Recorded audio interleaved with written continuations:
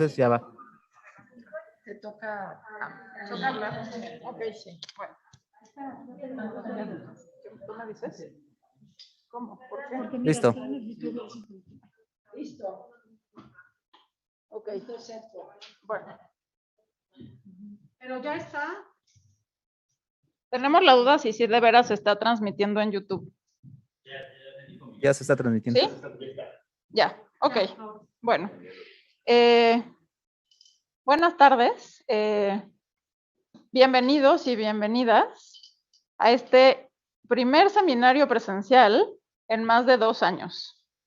Me da muchísimo gusto y emoción que esto esté ocurriendo y me da especial gusto y emoción que sea Valeria la que inaugure estos seminarios presenciales y que no seamos tan poquitos como pensábamos que tal vez íbamos a hacer.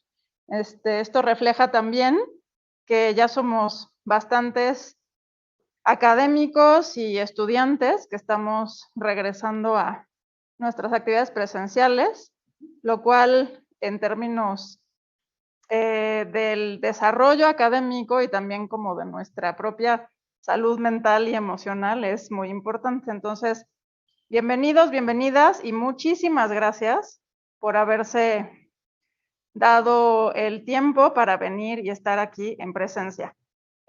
También les agradezco mucho a todos aquellos que nos siguen por YouTube, a distancia, vía remota. Eso es también una de las ganancias que tuvimos por la pandemia, como facilitar esta conectividad y llegar a más lugares lejanos y que gente que por diversas razones no puede estar presente siga nuestra investigación y el desarrollo académico que llevamos en el instituto. Entonces, pues bienvenidos también a los que nos siguen de lejos. Y bueno, sin más, le doy la palabra al doctor Eguiarte, que va a presentar a la doctora Sousa y este seminario tan interesante. Bueno, híjole, qué emoción. Gracias a todos por venir. Estamos muy emocionados. Pues ahora sí que de vernos, después de 2 años, ¿no? La idea que tenemos, o la que tuvimos en el departamento, es invitar a algunos investigadores que nos platicaran qué es lo que han estado haciendo estos 2, 3 años. Y Valeria, con mucho entusiasmo, se ofreció a dar este primer seminario. Bueno, los que no conozcan a Valeria, que yo hubiera pensado que es imposible, pero en estos tiempos a lo mejor algunos no la conocen. Valeria, pues es investigadora aquí del Departamento de Ecología Evolutiva desde hace, pues ahora sí, muchos años. Y desde hace más de 20 años inició el proyecto este de Cuatro Ciénegas, donde la idea siempre ha sido de que hay muchas señales que sugieren un mar antiguo, ¿no? Y más recientemente comenzamos un proyecto, ahora sí, en el mar, de of all places, como dirían los gringos, en el extremo sur de Sudamérica, de Chile, ¿no? Entonces es un proyecto muy ambicioso, estamos muy emocionados. Valeria quiere platicarles de los 2 proyectos de manera comparativa y un proyecto, supongo que vas a platicar algo de Huira, un proyecto de restauración ambiental también en el mar, en este caso en la costa de Sinaloa. Entonces, sin más, muchísimas gracias, Ana. Te dejo. Muchísimas gracias por estar aquí, me da un gusto enorme, como dice Ana y Luis, de vernos las caras, aunque sea con tapabocas. Hacía falta esta presencia humana que no hay manera de obtenerla vía remota. Entonces, voy a hablar de Cuatro Ciénegas porque ha sido el trabajo de 22 años, pero sobre todo quiero mirar hacia el futuro y ya no al pasado.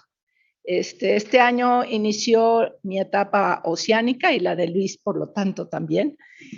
Ni modo, Luis. Y esa etapa oceánica es aplicar todo lo aprendido en el mar del pasado hacia el futuro, porque yo creo que como científicos tenemos esa responsabilidad enorme de hacer algo por este futuro que se nos echa. Sobre todo quiero mirar hacia el futuro. Miau, miau. Miau.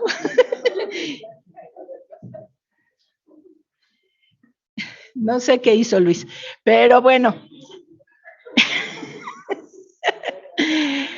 Como ya muchos de ustedes sabrán, porque llevo 22 años en este proyecto, Cuatro Ciénegas está al sur de Estados Unidos, al norte de México. Es un valle en forma de mariposa, un valle con una forma muy particular, porque ahí ocurrió una tectónica muy particular.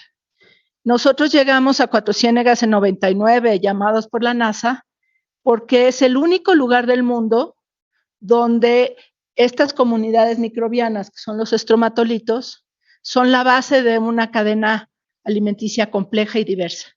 En el resto del mundo, en los sitios donde hay estromatolitos, no existe esta diversidad ni esta complejidad. Son lugares extremos donde sí hay estromatolitos, pero no hay toda una cadena encima.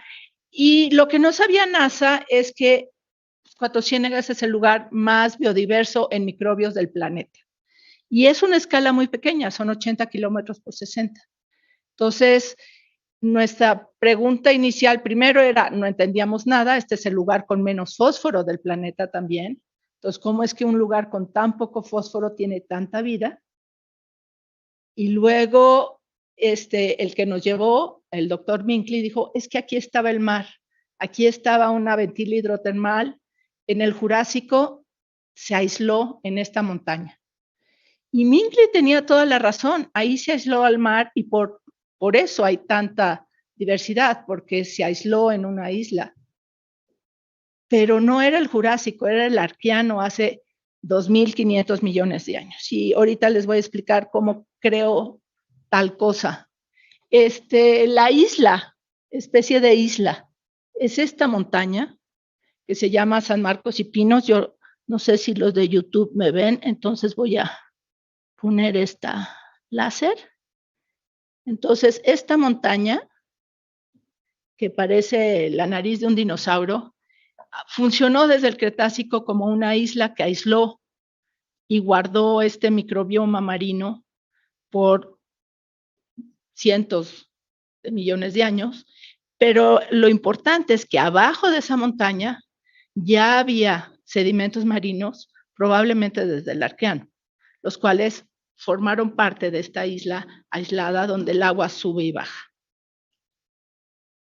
Y el resultado de este sube y baja del agua es que se forman estos oasis, este oasis con pozas, aquí con estromatolitos, que son la evidencia más antigua de vida en el planeta, donde pues, es un agua imposiblemente azul, con estos arrecifes del pasado y es de una belleza increíble, rodeados de estas montañas. Y nos habíamos clavado en la textura de esto, porque es lo más bonito. Sin embargo, lo importante es esto, lo que ocurre en milímetros. En la clase de astrobiología, por ejemplo, ayer estuvimos viendo cómo esto recapitula la historia metabólica de la vida en el planeta, donde lo que está más abajo son los metabolismos más antiguos, luego está incluyendo la metanogénesis, luego está todo el metabolismo del azufre, que era muy abundante en el planeta primitivo, y aquí está la primera fotosíntesis, que aquí se los pongo con el puntero, la púrpura y la verde del azufre, que están entrelazadas porque una es codependiente de la otra. Y lo fascinante es que en una evolucionó el fotosistema 1 y en otra el fotosistema 2, y en un solo evento de recombinación surgieron las cianobacterias, que es la última capa, que son estos pelitos verdes que están acá, y eso cambió la historia de la vida en este planeta. Y es un evento irrepetible porque nada más todo es monofilético, o sea, todo lo verde que vemos en este planeta surge de este único evento. Y arriba tenemos a las diatomeas, a los protozoarios, a los hongos, y aquí como representante del reino vegetal, un pastito, y yo soy el animal en cuestión. Entonces, lo que es importante de este sitio es precisamente esta isla que es la montaña de San Marcos y Pinos. Y lo que hace de esta montaña algo espectacular es que abajo hay una anormalidad magmática que necesitamos de los geofísicos que nos digan más de ella, pero no se han organizado. Sabemos por isótopos que hay magma profundo, que ese magma está alrededor de 30 kilómetros de profundidad por la temperatura a la cual llega el agua a todas las pozas, que es 32 grados. Entonces, entre 20 y 30 kilómetros, eso es bastante más abajo. Pero este magma, lo importante es que calienta el agua y el agua sube y baja, pasando por todos estos poros de arcilla adentro de la montaña, donde están refugiadas las bacterias del pasado con sus minerales y con las condiciones de esos mares del pasado. Entonces, aquí tenemos el cofre del tesoro. ¿Y cómo sabemos tal cosa? Bueno, en parte está la evidencia geológica. La tectónica en este lugar es increíble. Aquí estaba el mar en el Pérmico, esto se levantó en el Pérmico, esto se levanta en el Cretácico, todo lo que es de este lado, son dunas de yeso químicamente puros, que es la firma del Jurásico, y ya para acá es el Cretácico hacia adelante. Entonces, todo lo que hace la forma de mariposa es esta como confluencia de fuerzas gigantescas de las montañas que han movido en este lugar particular las cosas de manera diferente. ¿Y por qué creemos esto? Porque sabemos por las bacterias y reloj molecular que Cuatro Ciénegas estaba cuando se abrió Rodinia y se oxigenó el mar por el efecto de la entrada de fósforo después de 2 eventos del criogeno, es decir, las rocas continentales se erosionaron con estos glaciares del criogeno y se liberó este fósforo que le hacía falta a la vida compleja para crecer. Antes del criogeno no había suficiente energía para que creciera lo grande y por lo tanto había una enorme diversidad de protozoarios y de microalgas, pero no había más que unas cuantas esponjas. No había podido crecer la vida grande porque no tenía energía. En cambio, los estromatolitos eran los reyes del planeta porque ellos son las comunidades donde mejor se reciclan los nutrientes del planeta. En milímetros tú tienes todos los ciclos biogeoquímicos y no se desperdicia nada. Hay una sintrofía y una codependencia enorme. Luego sabemos que estaba en el Cámbrico, ahí en la orilla del mar. En el Pérmico, aquí es donde se abre Pangea y nace literalmente el Atlántico en Cuatro Ciénegas. Luego es parte del Western Seaway que llega desde el Golfo de México hasta Canadá. Y cuando cae en Chicxulub el meteorito que mata a los dinosaurios, de hecho hay un tsunami que pasa por encima de Cuatro Ciénegas y llega a Montana a depositar todos los restos de las cosas que mató en el camino. Y finalmente se aísla entre 40 y 35 millones de años cuando se levanta el altiplano central, la Sierra Madre Oriental. Pero los bichos de Cuatro Ciénegas no se han dado por enterados. Y eso es lo fascinante, que con reloj molecular los bacilos únicos de Cuatro Ciénegas aquí datan justo cuando los animales liberan el nitrógeno del fondo del mar y las algas crecen en la columna de agua, oxigenando el mar por primera vez, haciendo de un mar anaranjado un mar azul, porque los bacilos son aerobios y estos son de sedimento. Entonces tuvo que oxigenar el sedimento marino por estas pequeñas cavernas que hacían los primeros animales para que ellos pudieran evolucionar. Y aquí tenemos los bacilos más antiguos del mundo, cual es bastante extraordinario. Y luego tenemos todos estos puntos azules de allá que entraron todos al mismo tiempo cuando se abre Pangea en el Jurásico. Entonces, sí tenemos el mundo perdido. Ahora, todo esto lo encontramos en un lugar que ya no existe. Se llama el Churince, donde describimos esta diversidad. Creíamos que era un lugar hiperdiverso y resultó que era de los menos diversos de Cuatro Ciénegas, pero ¿quién iba a saber? Y este lugar extraordinario, los bacilos eran solamente una pequeña muestra de lo que hay, y toda esta diversidad ya no está. Al menos ya no está en la superficie. Puede que esté dentro de la montaña, porque ahora este es el Churince. ¿Qué es lo que se chupó al Churince? la sobreexplotación del acuífero para regar alfalfa en el desierto. Entonces, ese ha sido, de los 22 años que llevamos en Cuatro Ciénegas, 20 años han sido la batalla por el agua en el desierto. Ahora, hemos sido extraordinariamente afortunados porque ya que nos íbamos a rendir, justo el año que murió el Churince, se nos apareció esta posita increíble en el rancho de Pozas Azules. La poza que les enseñé en los estromatolitos preciosos es esta, y a 200 metros estaba esta cosa rarísima, donde aquí lo que ven son como perlas, un collar de perlas, que son estos tapetes microbianos elásticos que nunca habíamos visto, donde adentro se recrea la atmósfera del Arqueano. Adentro son los gases del azufre y del metano que levantan esta burbuja, y afuera hay fotosíntesis. Entonces, es padrísimo porque este es un análogo de tapetes microbianos que se han encontrado en las rocas de Moody en Sudáfrica, que tienen 3.2 mil millones de años. Y este es el camino del metano que sale como burbujas, igual que en nuestros domos del Arqueano, que tiene como pequeños pozos, hoyitos por donde desgasea el sistema, y eso es lo que levanta al domo. Igual que lo que encontraron hace 3.2 mil millones de años.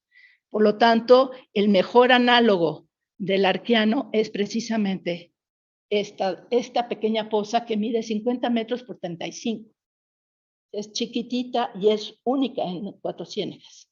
Y esta poza es particularmente interesante porque pasa de pH 5 cuando está seca y a una costra de sal, y a tener estos lugares más húmedos, que son estos círculos anaranjados, donde hay mayor proporción de limo y arcilla. Por lo tanto, es más líquido. Mientras que donde se hacen los tapetes microbianos aquí en la orilla, es justo la interfase con la arena. Entonces, esa interfase con la arena le da una superficie de contacto lo suficientemente sólida para que estos microbios ancestrales que vienen del acuífero profundo tengan donde agarrarse y formar estos tapetes. Y cuando hay agua, el pH sube casi a 10 y la salinidad sigue siendo del 50%, o sea, de que es hipersalino, es hipersalino. Lo pasa de seco casi todo el año a, después de una lluvia, a tener condiciones que permiten, lo vimos en el viaje pasado en septiembre, en 2 días empezar a formar los tapetes. Apenas se disuelve la sal.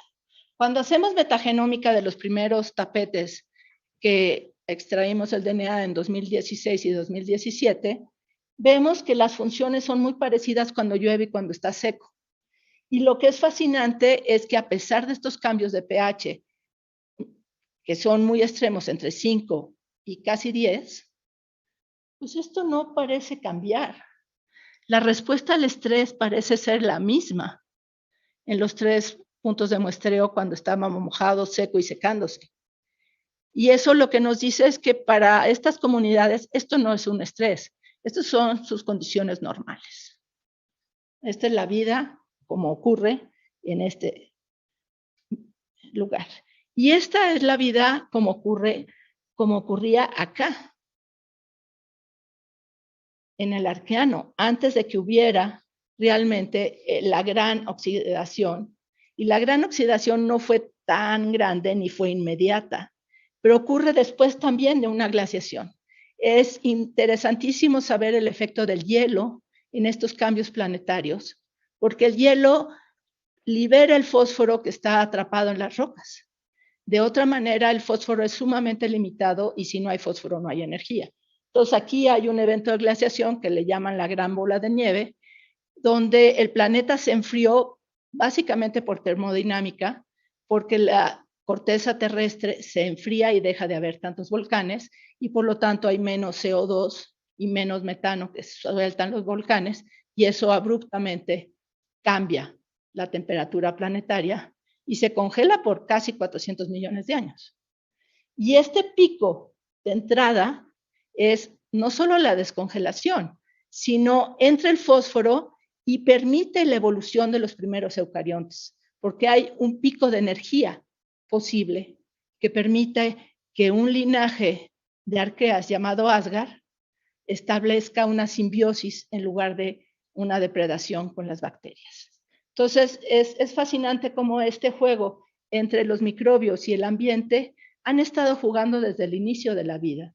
Y en este planeta lo han transformado todo. Y luego está el segundo evento de oxidación, que es el del que les hablábamos cuando se rompe Rodinia, y ese ocurre precisamente porque hay más espacio para crecer para los estromatolitos. Al abrirse Rodinia hay más playa, y son los estromatolitos que capturan el CO2. Entonces, este es abiótico y el otro es una causa biológica. Lo que es fascinante es que estos juegos entre los hielos, el oxígeno y lo que está disponible cambia la disponibilidad de los metales. Esta es la tesis de David Madrigal, que ya lo aceptaron en MIT, se va a hacer un doctorado en astrobiología. Mientras tanto, estamos sacando papers porque es realmente un cuate brillante. Entonces, sabemos por las rocas que el hierro dejó de ser biodisponible porque se oxidó. También sabemos por las rocas, por ejemplo, que el molibdeno subió porque se oxida y es más disponible. Y sobre todo lo interesante aquí es ver el cobre. El cobre realmente hasta la segunda congelación no es liberado de las rocas porque necesita de un ambiente oxigénico para liberarse de ellas. Y no había suficiente oxígeno antes. Entonces, cuando buscamos las metaloproteínas en los metagenomas de domos del Arqueano, encontramos que a pesar de que hay cobre presente en el ambiente, no hay metaloproteínas asociadas al cobre. Hay solamente las más básicas asociadas a los citocoros. Y eso es fascinante porque no solo se parece al Arqueano, se ve como el Arqueano fisiológicamente y metabólicamente se comporta como el Arqueano. Por lo tanto, yo supongo que estos son los herederos directos del Arqueano. Esto no ocurre en ningún otro lado. Tampoco hay muchas enzimas asociadas al hierro. Y eso se explica porque Cuatro Ciénegas está muy limitado en hierro. Pero hay mucho cobre, de hecho hay minas de cobre. Entonces, lo fascinante de estos domos del Arqueano, igual que todos los tapetes microbianos de Cuatro Ciénegas, es que en ellos es cuando se ensambla los ciclos biogeoquímicos que nos gobiernan. Si no hay un ciclaje de carbono, si no hay un ciclaje de nitrógeno, de fósforo, que es más bien un ciclo de roca, de azufre, no estaríamos vivos. Y todos esos ciclos son dominados por los microbios, aún dentro de nuestro intestino, y de eso depende nuestra vida cotidiana. Entonces, en Cuatro Ciénegas, de alguna manera, se guardó la ingeniería original del mar ancestral, antes de que llegáramos los humanos a destruirlo todo. Qué triste. Pero así es. Entonces, esta montaña recibe agua solamente cuando llueve, pero cuando llueve mucho, cuando hay huracanes. La definición de un desierto es que hay más evapotranspiración que lluvia, y eso es lo que hace que esto sea un desierto. Ahora, el agua que se guardó en este acuífero es de tiempos más húmedos en el pasado. Inclusive las aguas de deshielo de las últimas glaciaciones. Sin embargo, esta montaña cuando se levanta, lo que creo, es una hipótesis que no tengo cómo comprobar, es que suelta una especie de lengüetazo de arcillas profundas, y eso es esta poza, la poza de Domos del Arqueano, y por eso es tan diferente a todo. En el resto de Cuatro Ciénegas, los sitios que hemos explorado no tienen casi arcilla y limo. Y aquí sí, eso es lo que determina toda la dinámica de Domos del Arqueano. Y este sub y baja del agua, que ha durado cientos de millones de años, desde que se levantó San Marcos y Pinos en el Cretácico, está interrumpido en el Churince por la sobreexplotación del acuífero. Churince, como es una placa de yeso, está un poco inclinada hacia arriba y está 5 metros más alta que el resto del valle. Entonces ahí se acabó el agua primero, pero 5 metros no es gran cosa. Sí, suspiros. Y yo no estoy dispuesta a quedarme en Cuatro Ciénegas y verlo morir definitivamente. Entonces, en parte es esta necesidad de hacer algo nuevo y transformar el futuro con las nuevas generaciones, y en parte es que es demasiado doloroso ver morir este sitio. Entonces, lo que está trabajando mi alumno Ulises, que no sé si está aquí, pero si no está en YouTube, es ensamblar a partir de los metagenomas, genomas semicompletos, y ha descubierto la mayor diversidad de arqueas del grupo Loki, que son estas, que están acá, que son la base del árbol de los eucariontes. Y estas las hemos visto en el microscopio, y sí tienen esta forma como triangular, como pseudópodos, y parece que con ellos abrazaron a bacterias del azufre, de las cuales eran codependientes en un mar anaranjado, y establecieron las primeras relaciones simbióticas que luego van a dar lugar al núcleo, y luego, ya en un mundo más oxigenado, después, ya que en estos mismos tapetes microbianos, y probablemente bajo la influencia de las cianobacterias, ya se estableció esta relación con las mitocondrias y en otro linaje con los cloroplastos. Entonces, lo que nos cuenta Cuatro Ciénegas es un mundo de cooperación y de sintrofía, donde estos tapetes están totalmente ensamblados y son codependientes. No importa en qué lugar del mundo tú encuentres de tapetes microbianos, van a tener las mismas funciones, con diferente taxonomía.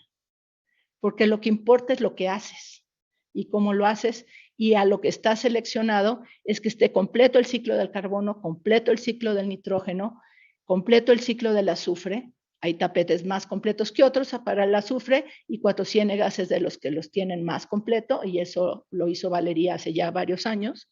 Pero es precisamente esta coevolución de toda la comunidad para trabajar juntas y escaparse de los virus. Entonces, eso se le llama retroalimentación ecoevolutiva, y lo que estamos proponiendo a partir de Cuatro Ciénegas es que no es el individuo el que se está seleccionando nada más, no es sus poblaciones, es la comunidad. Y lo vemos constantemente aquí en el Pedregal, los colibríes y sus flores, por ejemplo. Están persiguiéndose unos a los otros, pero es un proceso que está ocurriendo a nivel de toda la comunidad, y lo vemos también en los suelos. Si tú lastimas una parte del suelo, estás perdiendo esta codependencia de la comunidad, y tenemos que empezar a pensar de una manera más holística que incluya a la comunidad completa que está respondiendo como un todo hacia los retos ambientales. Y bueno, pasemos de los tapetes microbianos a los dueños de la tierra, a los niños que son los que van a tener esta tierra en el futuro, y transformemos a estos niños y démosles el poder de cambio. Estos niños que ahora están en prepa escribieron junto con el grupo de Concentrarte de Liliana Riva Palacios este libro sobre cómo funcionaba el ecosistema cuando eran chiquitos de primaria. Y ahora le están enseñando a otros niños de primaria el poder de la información y del arte como manera de alcanzar la conciencia. Pero también les pusimos un laboratorio de biología molecular con apoyo de la Fundación SLIM y la Fundación Lala, que se volvieron nuestros socios en la conservación. Esa es una batalla de la cual no vamos a hablar hoy.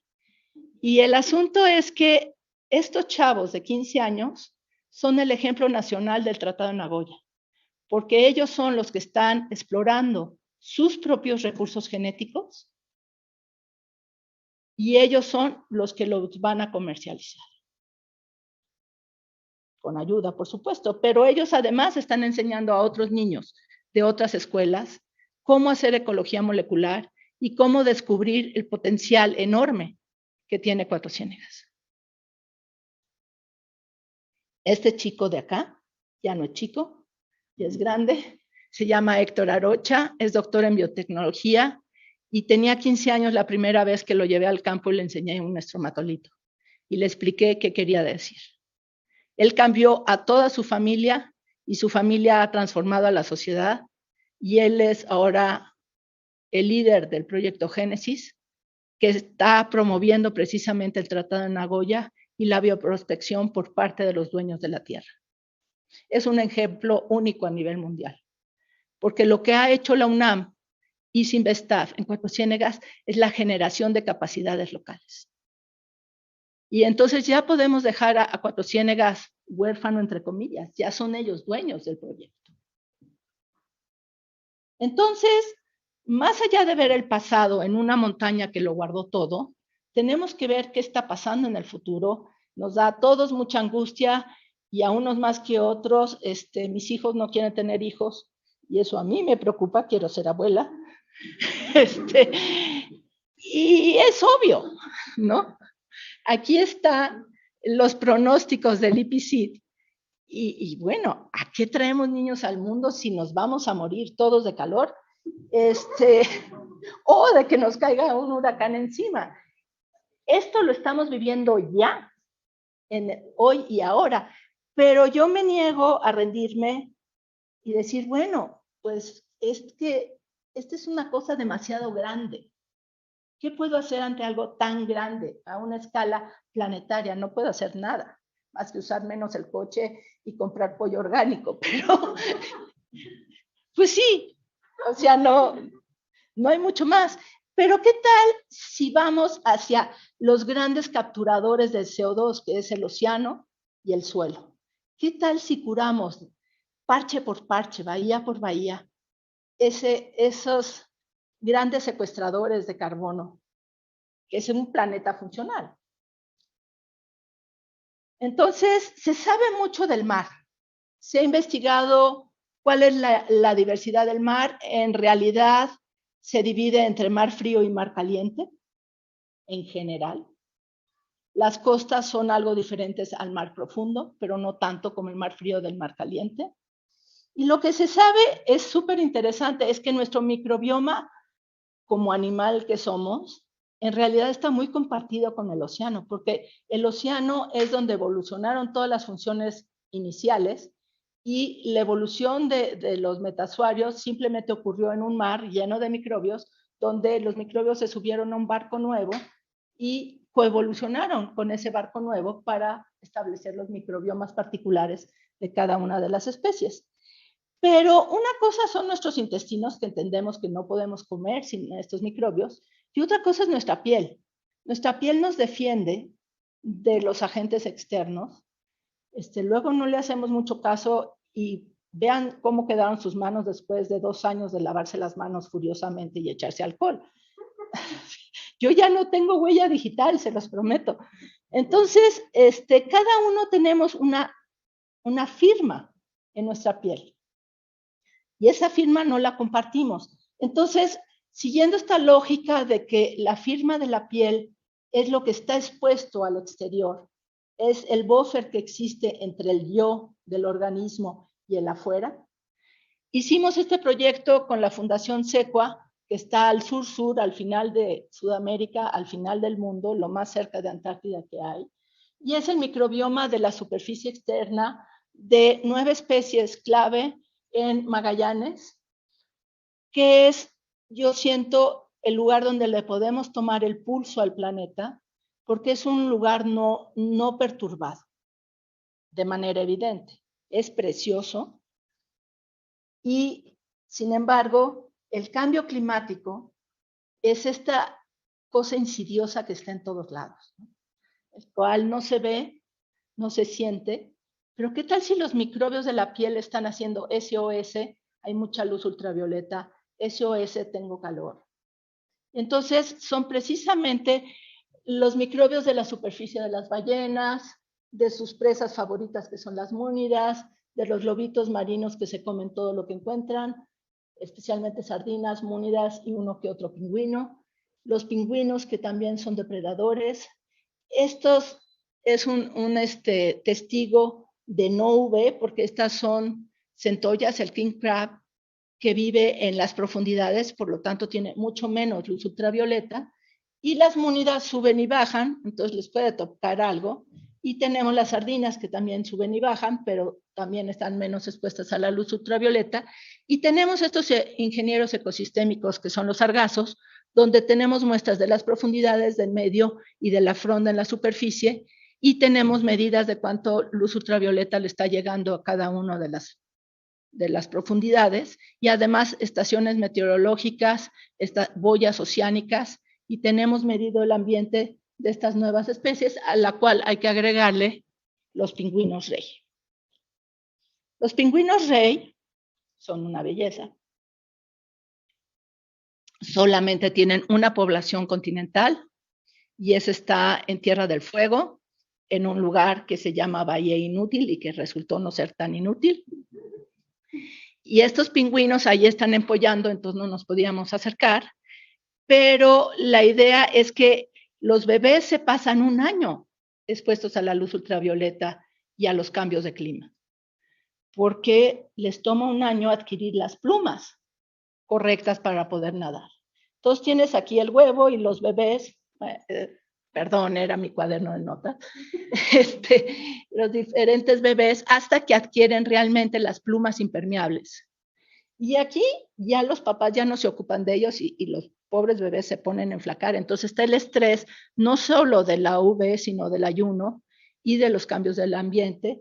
Aquí están muy preocupadas las gentes, los veterinarios de la Reserva Pingüino Rey, porque ya se les habían muerto polluelos el verano anterior, porque subió la temperatura de más. Entonces, sí, estos cambios de temperatura, el mar puede funcionar como buffer, pero estos animales están en el exterior, mucho más sujetos a estos cambios. Entonces, la idea del proyecto es que en la Reserva Francisco Coloane, que está, ahorita les digo dónde, coexisten los pingüinos, los lobos marinos, las ballenas, las sardinas, aunque esas son muy elusivas, las famosas múnidas, el sargazo, la centolla, todas las especies, salvo el pingüino rey, coexisten en esta área protegida. Y tenemos además los pingüinos de Magallanes en otras islas afuera. Estos están hacia el sur-centro, y esto está al sureste de la área protegida. Entonces tenemos también manera de tener la geografía controlada. Y además en los pingüinos rey, cada 3 años regresan los adultos a cambiar de plumas y se la pasan 3 meses sin comer, echados bajo el sol, hasta que les salen las plumas nuevas. Eso de las plumas de los pingüinos es complejo. Entonces, aquí les presento el banquete de todo mundo. Son unas pequeñas langostas que hace que las ballenas no bajen hasta la Antártida, sino el grupo de ballenas que se queda en seno ballenas en esta área protegida de Francisco Coloane, se quedan por estas bichas y por las sardinas. Y no tienen que bajar hasta Antártida a buscar al krill. Entonces, tenemos 2 mamíferos marinos, las ballenas y los lobos marinos, 2 aves, pingüino rey y pingüino de Magallanes, 2 crustáceos, y los enormes cangrejos, los salmones que son de cultivo, pero están arribita del área protegida, y las sardinas famosas, y los sargazos, a lo largo de 5 años. Entonces, aquí, estos mapas viejos, tienes aquí la isla Danson, que además tiene una historia tremenda durante la dictadura, y las islas Tucker, que es donde están los pingüinos, y luego el área protegida Francisco Coloane, que está alrededor de esta isla que se llama Carlos III, aquí es donde se resguardan las ballenas, y es un lugar realmente increíble, de una belleza que no lo puedes creer, pero sobre todo de una belleza extraordinariamente sola. Y esto es lo importante, creemos que este sitio es como el biosensor mejor para cambio climático, porque aquí está el Pacífico, entra la corriente hasta acá, y aquí está, no, el Pacífico entra por acá, perdón, y el Atlántico por acá, pero además está la influencia de la corriente de las Malvinas y de Cabo de Hornos, que está influenciado por la corriente circumpolar antártica. Entonces tienes aquí la influencia de 3 océanos en una gran biodiversidad, en el parque marino, que es el que tiene esta estrella. Entonces tenemos pingüinos de acá abajo, pingüinos de acá, pingüinos reyes acá y los pingüinos del área protegida, y aquí arriba están los cultivos de salmón. Y bueno, los glaciares en estos sitios se han retirado y hay películas que lo muestran de una manera muy clara. Este glaciar, 2 kilómetros en 100 años. Unos pocos glaciares están creciendo, pero es nada más 2 de 200. Casi todos se están retirando y aquí vemos la razón por la cual tiene una cascada ahí abajo. Los sargazos, una especie clave que nos va a ayudar a entender como el lugar donde están todas las otras especies a diferentes profundidades. Y es una especie de testigo, además, si le quitas un pedazo de hoja no le pasa nada. En cambio, no puedes quitarle una pluma a un pingüino porque lo lastimas realmente. Entonces, ¿qué hacemos con los pingüinos? Pecho tierra en hoyo de pingüinos, son como hobbits, hacen estos hoyos. Y entonces esta carpeta que está toda picoteada es para detener al furibundo pingüino que le pones la carpeta así, mientras que le pones un Q-tip por encima, le frotas las plumitas y mientras el pingüino se quiere comer la carpeta. Yo guardo tubos. Sí, yo no tengo que ver con el furibundo punk. Pero destruyen a las islas. Eso nos dimos cuenta y nadie como que se había dado cuenta de que como hacen tantos hoyos, o sea, este era un condominio horizontal que se volvió vertical porque, o sea, caminas y está esponjoso el suelo de la cantidad de hoyos que hacen estos pingüinos. Y luego ya, cuando no hay dónde hacer más hoyos, se van a otra isla. Y vamos a destruir a la isla que sigue. Ahora, este es un proceso de sucesión importantísimo. Estos bosques de notofagos no están adaptados al fuego. No hay rayos en la Patagonia. Qué cosa, ¿verdad? ¿Quién sabía que no había rayos en la Patagonia? Sur, sur, sur, parece que no hay. ¿Tú dices que sí? Hubo una tormenta eléctrica en Tierra del Fuego. Ah, en Tierra del Fuego, bueno. Estamos cambiando hasta eso, hasta los patrones de tormentas eléctricas. El asunto es que notofagos tarda mucho en crecer. Y entonces, los nutrientes que meten los pingüinos, más los hoyos, más toda esta aireación, permite la sucesión en estas islas y cambia la vegetación a lo largo del tiempo. Y bueno, además no son tantísimos pingüinos. Las ballenas están todas identificadas por su patrón de colas. Logramos tener muestra de 3 en el primer viaje que nos tocó un clima espantoso, vientos de 100 kilómetros por hora. Y además nos dio COVID. Unas olas de este tamaño. Pero también muestreamos a los bebés lobitos, que son una belleza, ante la mirada nada feliz de los papás, que estaban viéndonos desde la playa. Y la idea es precisamente ver cuál es la hipótesis. O sea, hay un core del microbioma por sitio, hay un core por animal, cómo está respondiendo este microbioma a los cambios ambientales que vamos a estar midiendo. Los pingüinos rey, que están sujetos a un ambiente totalmente diferente a lo que pasa a estos animales que son mucho más marinos y entran y salen, son diferentes. Entonces, con el microbioma, el transcriptoma y el genoma de los animales, vamos a poder ver si hay una traducción de las señales de SOS ante cambio climático que se refleje del microbioma al transcriptoma al genoma. Que quite sí, es posible que sí. Sobre todo la respuesta a daño por UV está muy bien mapeada y es una respuesta muy clara en los microbios y no tan clara en los animales, los cuales ya evolucionaron con una capa de ozono. Entonces, esta condición de hoyo de ozono es nueva para los organismos multicelulares. Y eso es muy interesante notarlo. Porque para los microbios vivieron en un mundo sin ozono, pero estos no. Entonces tenemos una serie de hipótesis que se pueden probar y estamos fascinados. El grupo es un grupo internacional. De estos, solamente 2 no les dio COVID. A nadie le dio COVID. En fin. Otro problema enorme que hay es la eutroficación de los mares. La eutroficación de los mares ocurre, y es un poco el contraste con la Patagonia. La Patagonia no está tocada de manera evidente por el humano, pero los mares eutroficados evidentemente somos nosotros y la agricultura los responsables. Entonces, ¿cómo ver que se rompa el ciclo de carbono en el mar por esta entrada de agroquímicos?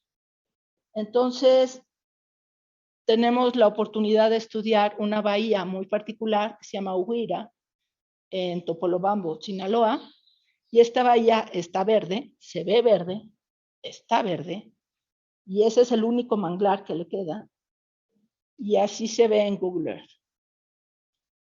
Es una tragedia, y es una tragedia mundial, porque, como es evidente, la agricultura que está alrededor echa todo su desagüe por estos dos canales, y estos dos canales entran al mar.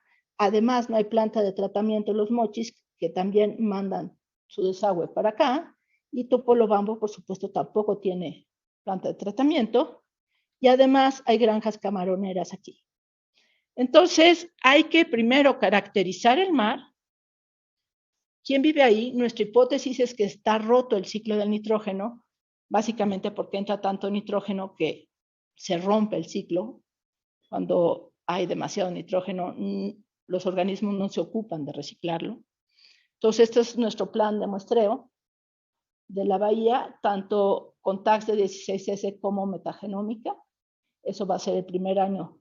Y el segundo año vamos a hacer humedales todo alrededor y establecer consorcios microbianos que ayuden a sacar lo que falta del nitrógeno a la atmósfera. Finalmente, el ciclo del nitrógeno se trata de incorporar el nitrógeno biológicamente con las bacterias a través de la enzima Nifache y luego sacarlo a través de todo el proceso de desnitrificación. Entonces, igual que en Cuatro Ciénegas, son aquí los niños los dueños de los recursos, son los dueños de la bahía, son los hijos de los pescadores y de los agricultores, y ellos tienen que saber censar y apoderarse de su ecosistema.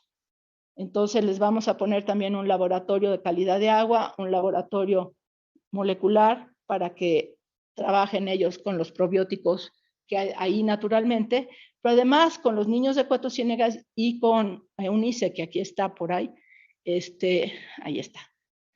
Tenemos aislados ya 90 cepas de Topolobampo y 200 cepas de Cuatro Ciénegas, del lugar más marino de Cuatro Ciénegas, que además ya ella probó que completan el ciclo del nitrógeno de diferentes maneras.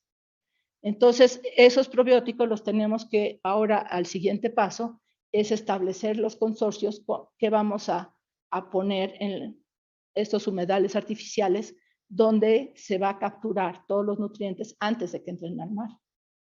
Y no es ni caro, ni difícil, simplemente pues, la escala de la bahía es mayor de lo que podríamos hacer nosotros con nuestro dinero, y esto lo va a pagar una compañía alemana, se llama Proman, que tiene una subsidiaria en México que ya se va a desatorar ese proyecto. Es la inversión extranjera más grande de México durante la 4T, y llevamos años en este proceso de desatorar al animal, pero ya están todas las cajitas palomeadas, solamente falta una consulta indígena que va a ocurrir a lo largo de que estemos trabajando con la comunidad, explicando qué vamos a hacer e involucrándolos en lo que vamos a hacer. Porque otra vez, los recursos naturales son de los dueños de esa tierra, y nosotros nada más tenemos que generar las capacidades necesarias para que esto ocurra y para que surjan en los niños de Topolobampo y Los Mochis los líderes de los proyectos locales a través del conocimiento. Y finalmente, el poder de las bacterias es extraordinario, y yo creo que sí podemos salvar el mundo y que tal vez sí puedo tener nietos. Muchísimas gracias.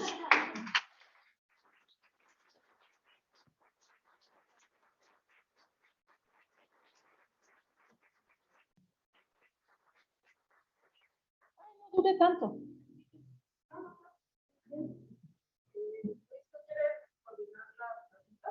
Sí, pero necesito que digan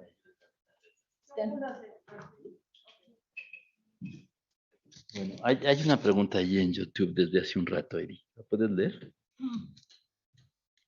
Bueno, primero, gracias por esta interesantísima plática de Vero Aguilar y después Bernardo Águila dice, una pregunta, ¿la redundancia funcional en tapetes se puede deber a la falta de información en la base de datos? ¿Que muchos genes son nuevos o desconocidos y se subclasifican en desconocido? Gracias, Bernardo. Es una muy importante pregunta. Sí, la base de datos ha ido mejorando y cada vez tenemos más anotación y puedes predecir ciertas funciones a partir de la estructura de las proteínas, pero la redundancia funcional de los tapetes microbianos es real.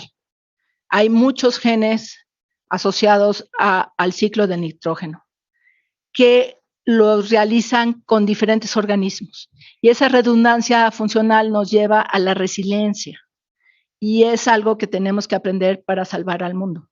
Necesitamos esa resiliencia dada por muchas copias de lo mismo por si falla una, ¿sí? Y es lo que se llama la resistencia y la resiliencia de los ecosistemas. Y el ejemplo más extraordinario de esta resiliencia son precisamente los tapetes microbianos de Cuatro Ciénegas que han sobrevivido eones, miles de millones de años. Gracias.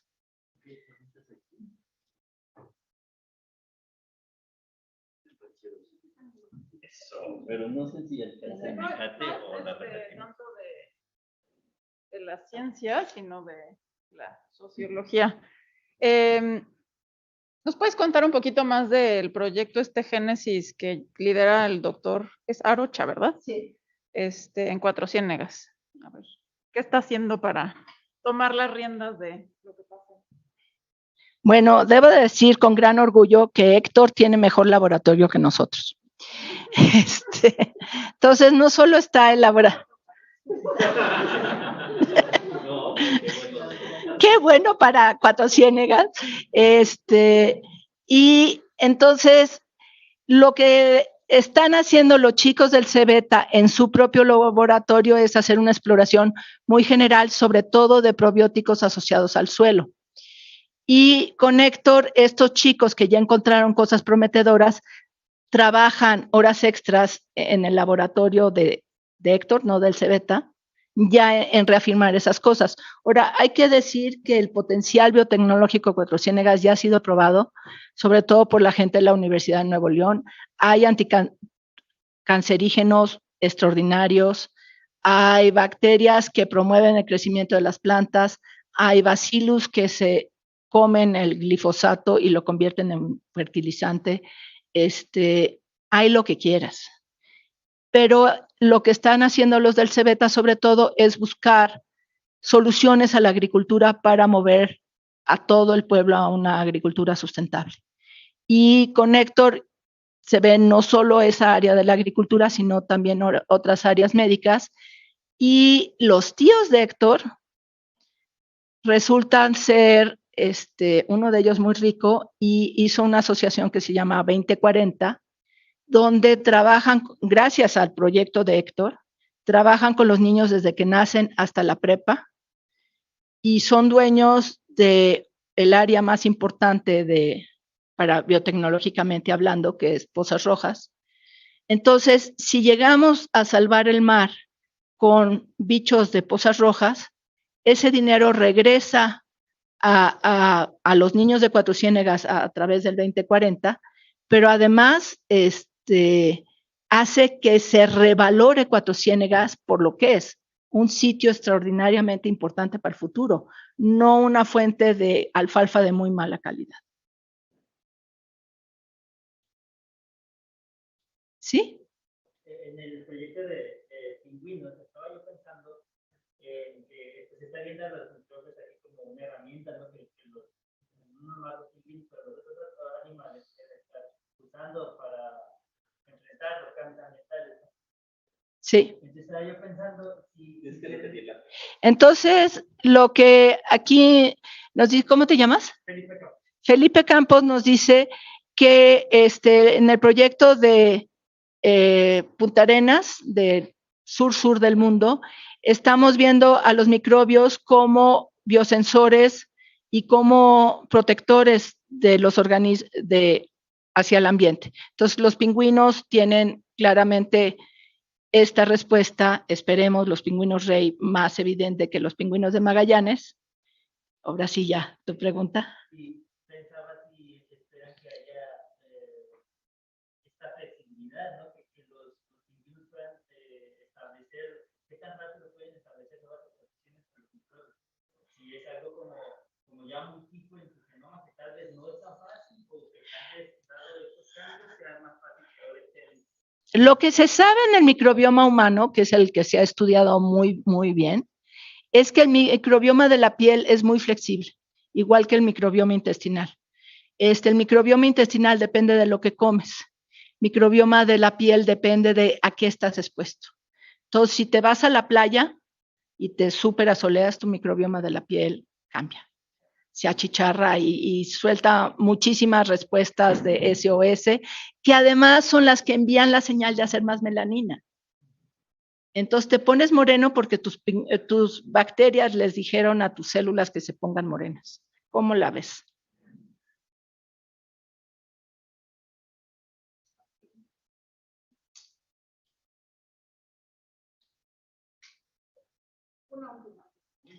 Muy bien. Muy bien. Sobre las aplicaciones biotecnológicas. Sabemos, en parte por cuestiones de la redundancia funcional y el hecho de que las bacterias y los microorganismos en general funcionan, como es muy claramente apreciable en los tapetes microbianos, como colectivamente en estas sintrofías, ¿no? En comunidades microbianas. ¿Cómo están abordando, sobre todo las personas como Héctor Arocha, estas aplicaciones biotecnológicas y potencial de incluso de remediación, aplicaciones biotecnológicas o para compuestos o consorcios tal vez anticancerígenos? ¿Cómo lo están abordando? Porque es raro que sea, o tal vez no es raro, pero queda muy limitado usar poblaciones o una sola especie, ¿no? Además de que pues los retos del cultivo axénico y todas esas cosas. Sí, por ejemplo, hablando de lo que dices, una cosa curiosísima es que nosotros no pudimos aislar arqueas aquí en la Ciudad de México porque necesitan estar en la incubadora, en la misma incubadora que otras bacterias como Streptomyces.